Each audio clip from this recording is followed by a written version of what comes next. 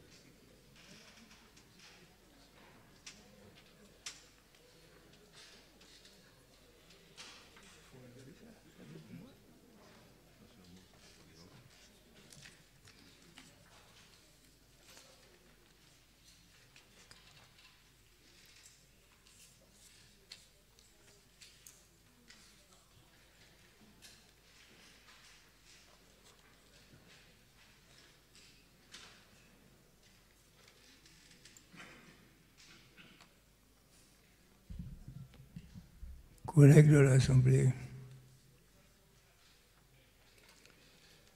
ceux qui hypocritement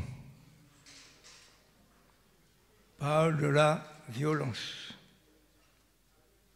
aujourd'hui doivent s'en prendre à eux-mêmes, car c'est dans leur camp que l'appel a été lancé de façon inattendue et démesuré. Pas chez moi. J'ai toujours condamné ça. C'est inadmissible. C'est honteux. Et vous le savez tous. Qu'on peut être divergent sur certains sujets. Mais là,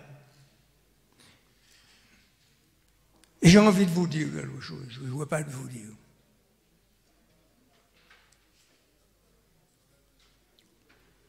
J'ai eu l'occasion en préfecture, avec les collaborateurs du préfet, de dire en face mes positions, pour qu'il n'y ait aucune ambiguïté.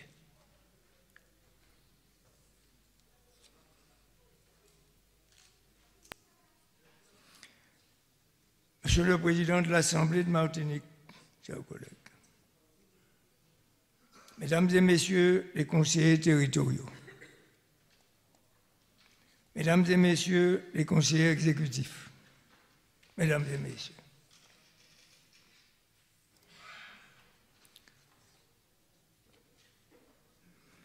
il y a un an, lors du débat d'orientation budgétaire pour 2019, je vous annonçais qu'elle serait une année charnière pour la collectivité territoriale de Martinique. Il nous a fallu faire preuve de beaucoup d'abnégation, de persévérance et de maîtrise en tout genre. Conserver son sang-froid devant les attaques ignominieuses dont j'ai été l'objet.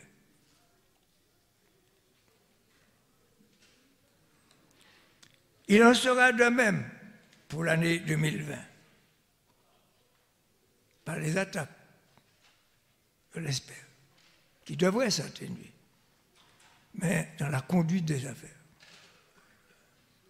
Car il nous faut, en même temps, continuer l'œuvre de redressement de nos finances, tout en assumant, et vous l'avez dit, notre part dans le développement de notre territoire et le bien-être de ses habitants. Personne ici, et je le dis solennellement, à mon humble avis, n'est contre cette préoccupation. Il y a peut-être quelques démagogies, mais personne ne peut être contre cela. Jamais dit ça. Jamais accusé les autres. Personne ne peut dire le contraire. Redresser, oui, sans pour autant renoncer à nos projets. Telle est notre volonté. Je vais passer mon temps à payer les dettes des autres et ne rien faire? Ne manquerait plus que ça. Et je le répète ici solennellement, s'il y a 2 déficits, j'assumerai les 2 déficits, ceux que vous avez laissés, et dans moi aussi. Pour que ce soit très clair. Aucune ambiguïté.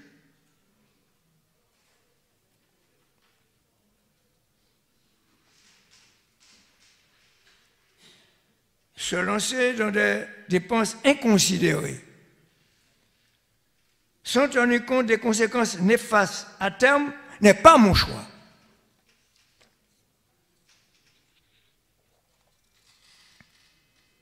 Ça vous confirme que dans les moments critiques, la responsabilité ne saurait côtoyer la surenchère qui nous coûterait plus cher.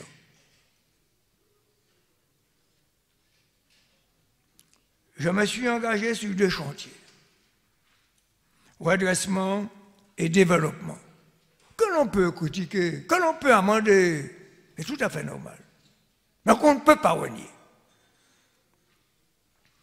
En ce qui concerne notre situation budgétaire et financière, il nous faut comprendre, et ce qui est embêtant, tout le monde ici, c'est ça. Il nous faut comprendre que la loi de finances pour 2020, toujours en discussion au niveau du Parlement, ne répond pas à nos attentes, et vous le savez. Et certains collègues ici de l'opposition ont témoigné de cela. Aujourd'hui, ils se renient. Je ne comprends pas. Ils savent ça. De plus, malgré nos demandes réitérées, l'État nous laisse la gestion du RSA, revenu de solidarité active. Alors écoutez bien, qu'il le recentralise pour la Réunion, après la Guyane et Mayotte. C'est une discrimination sans fondement valable que j'ai dénoncée, ici et ailleurs et là-bas.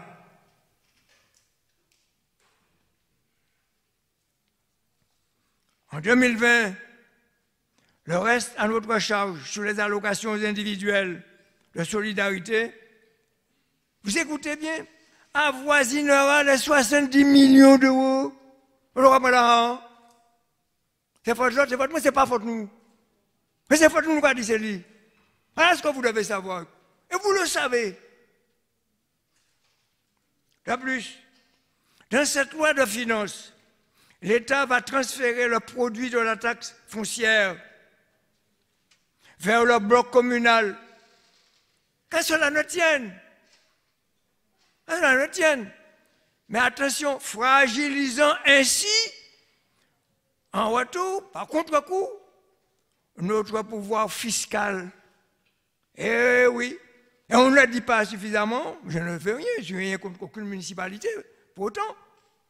Et risquant aussi de mettre à mal, par cette mesure, la mécanique de péréquation. J'ai le droit de dire ça, je défends la collectivité comment? Pour autant, est-ce que j'ai une affection particulière contre le municipal? Non. Mais il faut souligner les conséquences qui peuvent en sortir. Autre point marquant de l'exercice budgétaire 2020, nous sommes contraints de respecter le plafonnement fixé par l'État du taux d'évolution de nos dépenses de fonctionnement à 1,1%. La loi a changé. On est obligé de respecter ça en plus. Il n'y a pas une contrainte supplémentaire. La faute ne nous revient pas. C'est incroyable ça. Alors, faute l'État est à nous, faute à moi est à moi. Mais c'est pas possible ça. Ça me les battait. Conformément à l'arrêté du préfet, numéro, je le cite bien, BC BDE 2018-260-0,01 du 17 septembre 2018. Quand je dis ça, ce n'est pas pour faire savant, c'est pour donner les références incontournables et condamnables des fois. Selon nos premières estimations, qui reste à pas faire d'ici le vote du budget primitif 2020. C'est tout à fait normal puisqu'on est en train de discuter. On retiendra ce qui est positif. Nous prévoyons pour le budget principal 910 millions 057 909 euros, précisément de recettes de fonctionnement. Ce n'est pas les inflations qu'on vous donne, les chiffres inflationnistes, ce n'est pas de ça qu'il s'agit, mais du tout. 186 388 109 euros de recettes d'investissement. Et ouvrez l'oreille, dont un prévisionnel année de 70 millions d'emprunt.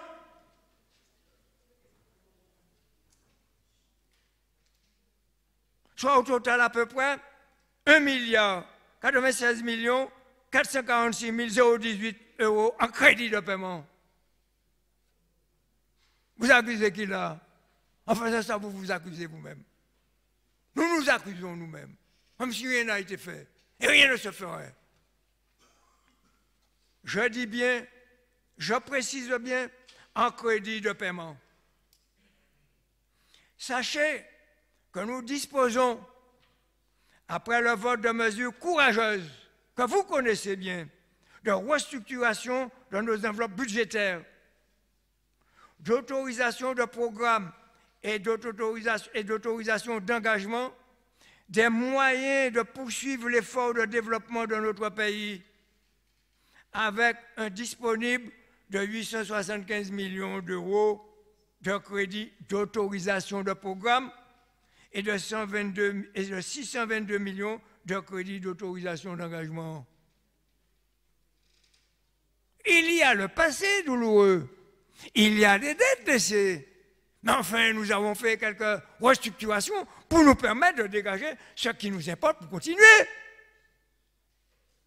n'est pas la peine de comprendre ça. Et le collègue le savent, oui. Bien souvent, j'ai pris leurs idées également, j'ai complété. Donc on travaille ensemble sur ces sujets-là, le redressement. Ils le savent très bien.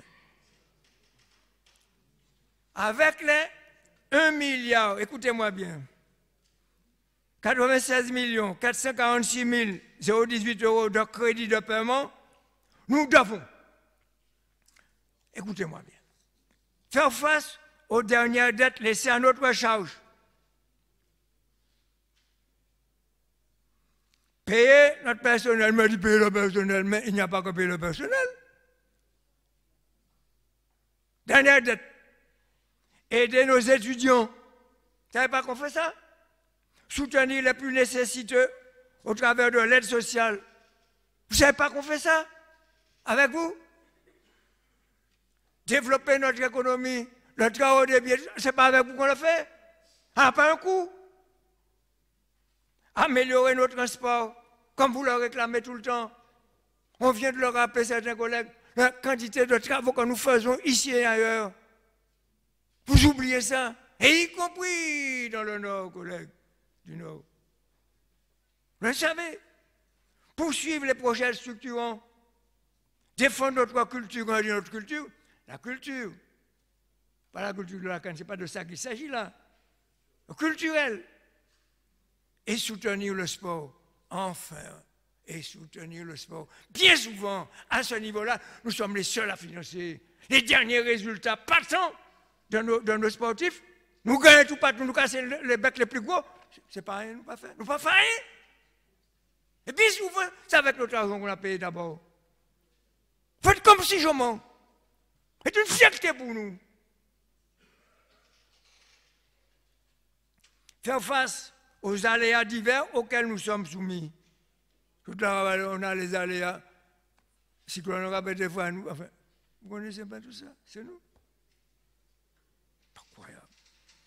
C'est un pari audacieux qui nous oblige à persévérer dans la voie de la performance budgétaire et financière, tout en restant attentif, bien sûr, aux grands équilibres. Si on est déséquilibré, vous savez ce qui se passe? La banque ne va pas vous prêter, ce n'est pas des associations, comment dirais-je, comment on dit ça? Caritatives, hein, monsieur. Vous le savez comment.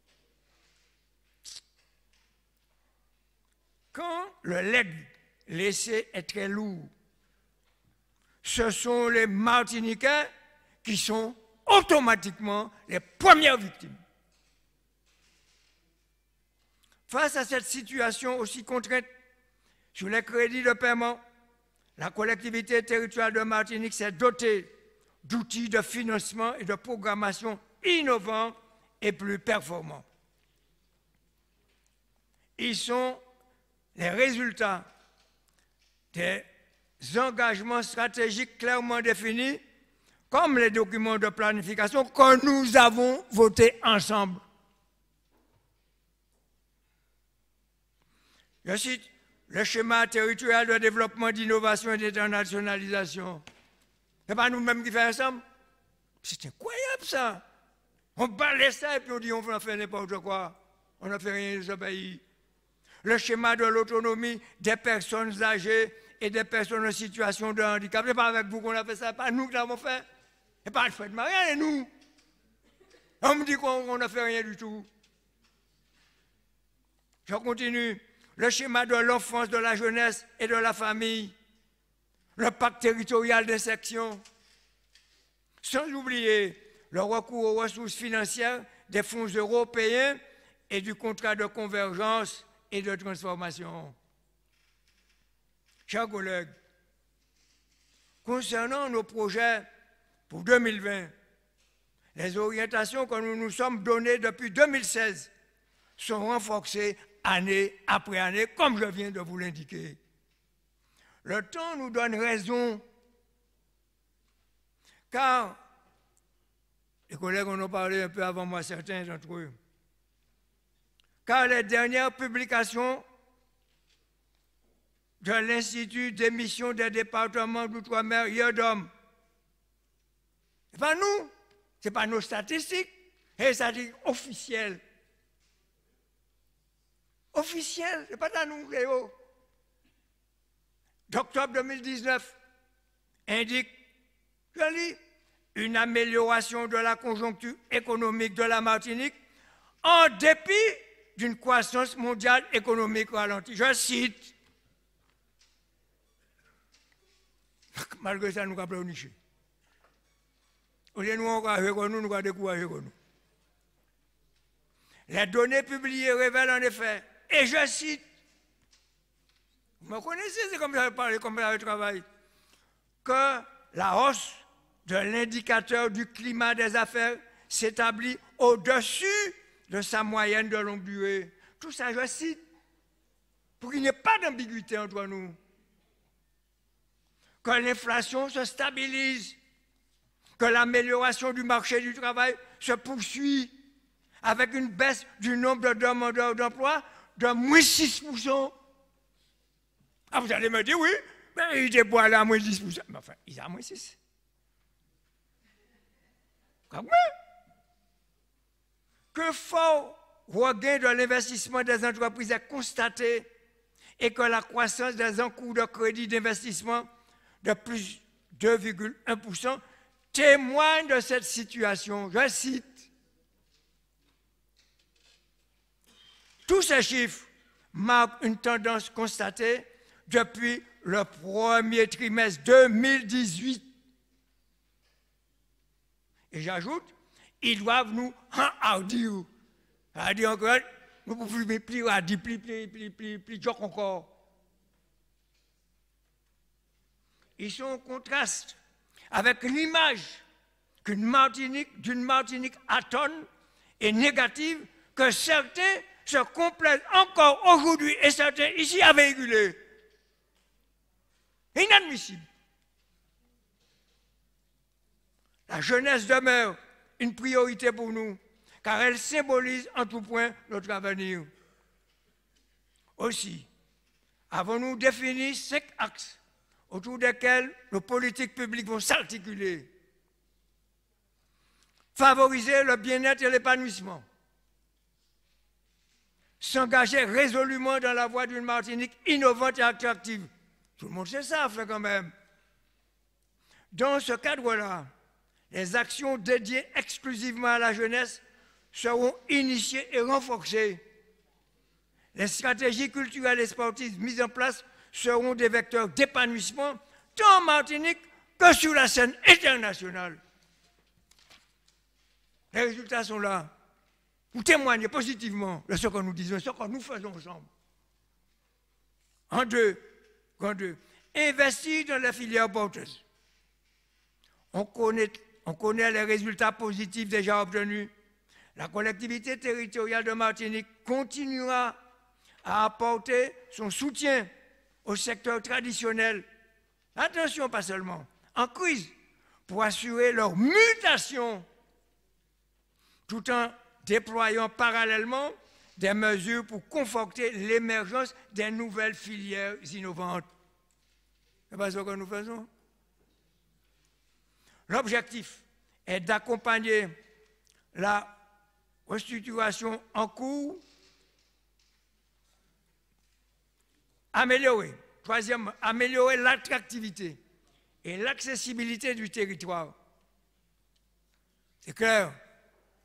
La modernisation du port et de l'aéroport. Mais sans envie des autres, nous ne parler franchement qui est-ce qui fait. Ce n'est pas nous. Ce n'est pas nous. À ce niveau, je n'attaque pas l'État pour l'État. L'État n'a pas mis €. Et c'est ça qui me désole. Ce n'est pas nous. Vous voulez sortir de réfléchir, quand je ne vois pas rien. Ce n'est pas nous, c'est nous. Et quand c'est nous toute la ici. Et bien, pour dénigrer cet effort. Les travaux de connexion numérique interne et externe, tout en donnant lieu à de nouvelles sources d'emploi, sont des garants de l'ouverture à l'international indispensable. Des lieux d'attractivité et de croissance sont essentiels pour conforter l'émergence de nouvelles activités économiques et touristiques. Mais c'est tout à fait normal. 4, parmi les actes que je viens de citer, s'ouvrir à l'international est incontournable. Comment nous allons rester recroquevillés comme un colimaçon à l'anticoquille? C'est incroyable ça. Tout le monde était d'accord pour ça, mais c'est ça qu'on fait. Et du fait que je fais ça, ça rend jaloux des gens. C'est pas croyable. Que je défends la Martinique ici et ailleurs et partout, c'est pas la Martinique, c'est pas nous-mêmes nous allons défendre. Je ne comprends pas, je vous dis, je ne comprends pas ça. Le repli sur soi serait rétrograde. La priorité est de définir les produits et services qui seront source d'attractivité pour les investisseurs et les jeunes talents. En 5, puisque j'avais cité 5 grands cas, 50 axes, renforcer la performance publique au service de la population sur la totalité du territoire et sans parti pris. Combien de fois on a dit on s'occupait d'abord de telle zone au lieu de telle autre? Quand même, on dirait l'abjection publique, fini bizarre. Ne me faites pas citer davantage. Ces orientations doivent, cela va sans dire, favoriser une plus grande égalité entre femmes et hommes. À qui parle voter? Votez contre, d'accord. À voter contre un bail, nous allons défendre un bail. Quand on a la peine de lever la main, votez contre ça. Et inadmissible et honteux.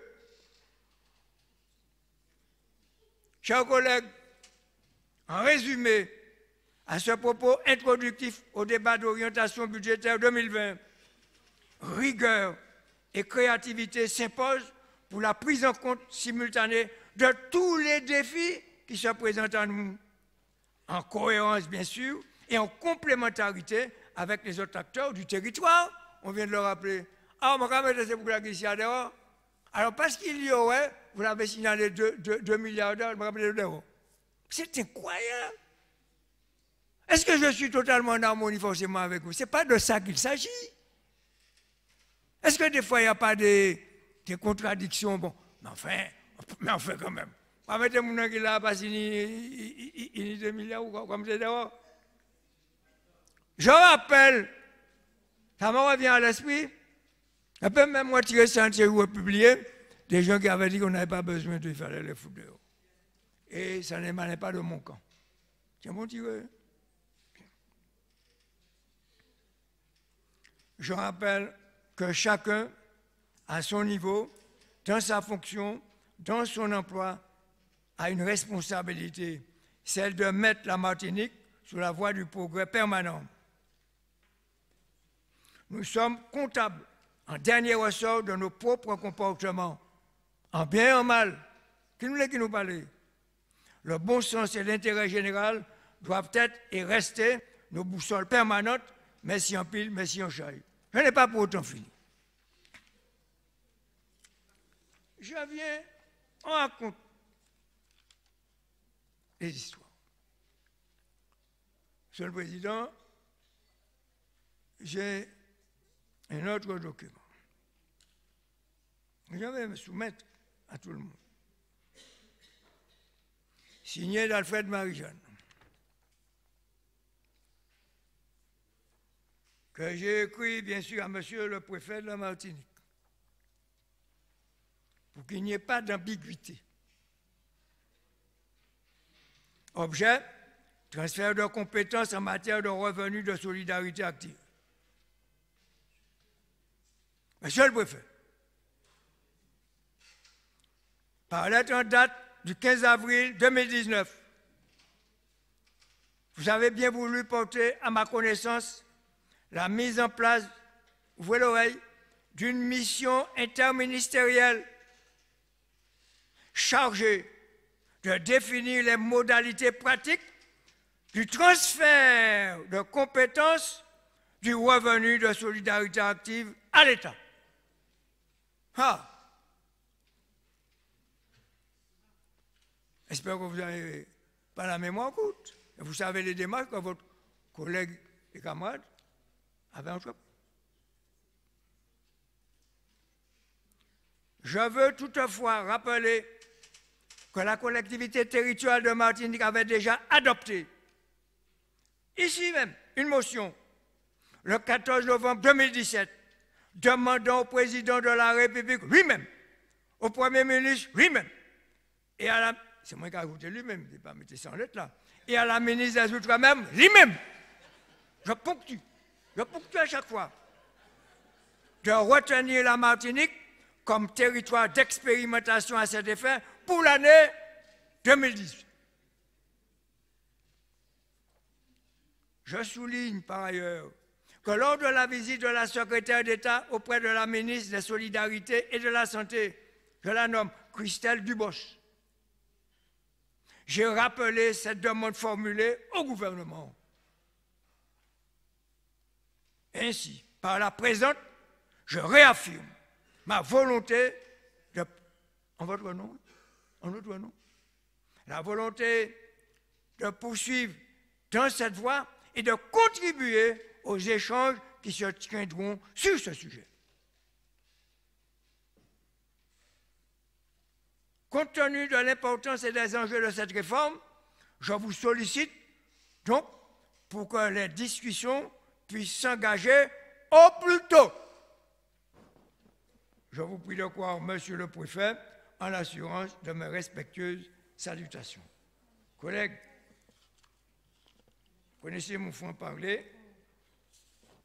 J'ai dit ce que j'avais à dire et que je ne méritais pas. Je ne méritais pas ces attaques que je trouve indécentes, odieuses, qui font le déshonneur de ce pays. J'ai toujours parlé au nom de tout le monde. Et je rectifie par toutes les démarches que nous avons faites. Toutes les démarches.